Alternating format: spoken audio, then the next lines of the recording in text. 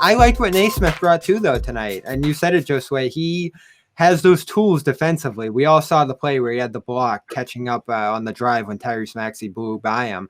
That's the length that he has.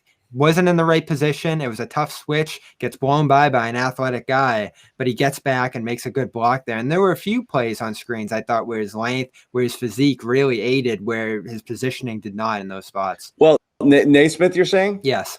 Well, right out of the gate, first thing we see of him is a catch, really quick release, shoot, and it goes down. Step back, too.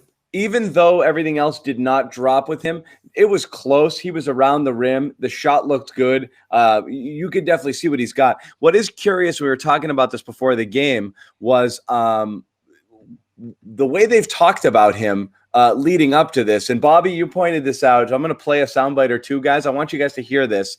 It is interesting the way Brad Stevens has talked about Aaron Nesmith throughout camp. So before I load it with our opinions and what Bobby's been kind of saying this last week, we'll just play it and let you guys decide. So here's one. I'm going to go back to back with them. So play this one first. Aaron Nesmith hadn't played a 5-on-5 game since January till his first practice, and everybody's asking me if he's going to be in the rotation or not. Man, he was just trying to get up and down the court. Like, there's so much growth that we all have to go through. We're just on an expedited timeline here. Thank you very much, Coach. Okay, so that was one there where Brad was basically just saying the guy hasn't played basketball, but he didn't really specify why. He didn't say necessarily, oh, it's an injury and that's why he hasn't been playing. And so he's basically saying in practice he's not getting up and down the court. Here's another thing Brad said later in the week when they're talking about the rookie impacts. And again, a lot of this had to do with Nesmith here. Well, I don't know about making an impact. We'll see down the road, John. There's, I've seen rookies and or freshmen when I was coaching in college that had great first few days and then struggled. And I've seen plenty that really struggled. I'd say more than not, that really struggled the first couple of weeks. And then it clicked, and then they were able to really help. I think that these guys are bright. They're working hard, and they can impact us appropriately and in a positive way. That said, I think time will tell because it is a different level when you get out there with these guys on a day-to-day basis. Okay, so there you have it. He really went out of his way to like pour water on the rookie experience there. Yeah, a couple of times last week. Those were two separate pressers there, and neither of them were really provoked. You didn't hear the questions in there, but the first one I had asked him about the preparedness that you had with players trying to build up their games in the cases of guys who have been here, and in the cases of the rookies who hadn't been playing in his case since January. Plenty of time for those guys to build up, but it was surprising that he didn't do a ton of 5-on-5 action. Now, why is that? I don't think it was the injury. I think that's pretty far in the rear view. We're talking almost a year out now since he injured his foot. But who knows? Was there not availability where he lives there in South Carolina? Was there not a lot of workouts going on? I know a guy like Obi Toppin is in New York City with a ton of pros there, so he was able to get workouts in. But this whole COVID situation going on, who knows? You're not going to fault guys who were staying on the safe side. But yeah. But like you could see it two ways. One is Brad doesn't want to pump any tires early, which I could see, but that's more like a Belichickian thing. Usually you don't hear that. Brad, he pulls some of that stuff. He does. He does some of that stuff too, but he was going out of his way here to be like, this guy's not even close to ready, and without calling him out per se, because he didn't want to do that. He was just kind of saying like, and so I thought, oh, he's playing his way into shape, or the foot's still bothering him. We weren't going to see him. Then he goes out and plays basically the entire second half, 19 minutes. I liked what I saw of him. It is interesting that was Brad's take. And for whatever reason, it almost seemed in sort of a punitive sort of way that he didn't get any run with the starters, or in the first half, whereas Pritchard did. So it's interesting to make that comment about rookies, but to allow one of them to play. That's the difference. That's the key difference there. It was a huge difference in how they were treated. And then Nesmith came out in total garbage time, basically played, all the way through there. And again, we liked what we saw, but it is something there. He's not. Yeah. He's clearly not where Brad wants him to be. It's interesting because it's not like the first rookie Brad's ever coached, and I can't really remember like a bunch of other instances where was talking that way about, whether it's Brown or Tatum or Smart or whoever it may be. I can't really recall that happening. So what you're saying is that this is a Danny Ainge pick, and Brad Stevens did not support it, and he is not a fan of the pick, and he will not let Naismith play this year. I'm not saying that. At all. I'm saying everybody in this room wanted a different guy, but I'm also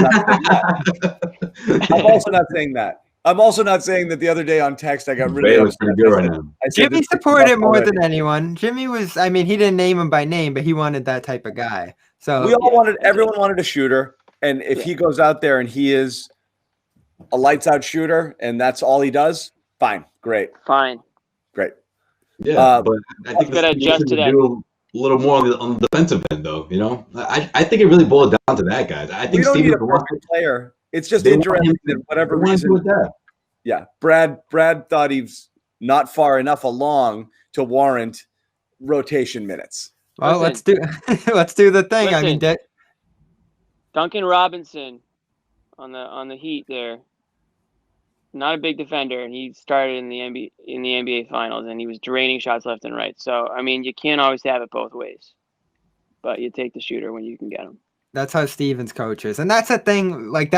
He didn't say defense in either of those comments, but that's what you think about when you think of saying the intensity of this level, what it takes to win at this level, that kind of stuff. That's the way Stevens has coached before, and he has been tough on rookies in that sense. Like Jaylen Brown really had to earn his way in that first year on that Isaiah team, and Jason Tatum came in and defended right away, so I think that kind of gave him the edge right there. So right when nobody thought he would, but yeah.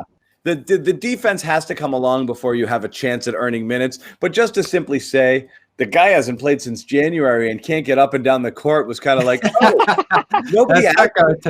nobody asked him that. Right. I asked the question. It had nothing to do with Naismith. Right. But it also could be him trying to protect Naismith too. You got to think of it the other way around. He's almost true. preparing people for, hey, this guy wasn't in the bubble playing with everybody. This guy wasn't playing, 45 days ago, so let's give him a little runway here. Let's give him a break. So I think that's more in line with how Brad is as a human being. So that's probably where he's coming from. But you can see how you could, if you're somebody like me or John, you can see how you can flip that completely. Jimmy, again,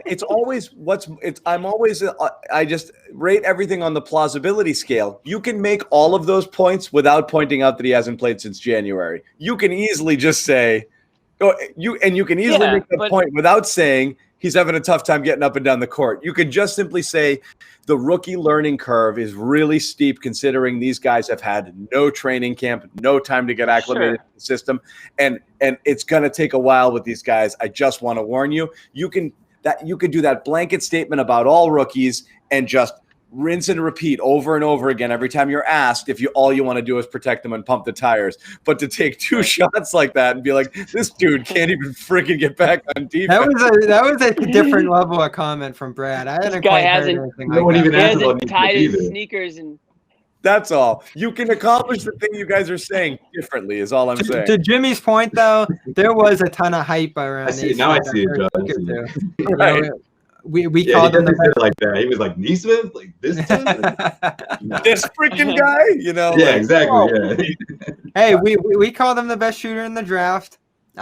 People were making the case for him starting, so there was definitely a hype building there that he tried to quell to some degree, whether like Jimmy said, to try to protect him and the expectations a little bit, or to just kind of set everybody's expectations in the right place again, because again, we're talking about a rookie here, and we saw what rookie production looks like last year. Guys, we will answer questions, I promise. People are saying in the chat. We absolutely will. We're just rolling through some stuff here. I saw Wezzy B saying about answering questions. We'll get to some for sure. And there's some interesting stuff in the comments right now regarding Nesmith and what might be going on there, but I can't. It's unverified. I think we're trying to figure out how we feel about it. Do you guys not like Nesmith or post that question when we get to it? It's unverified.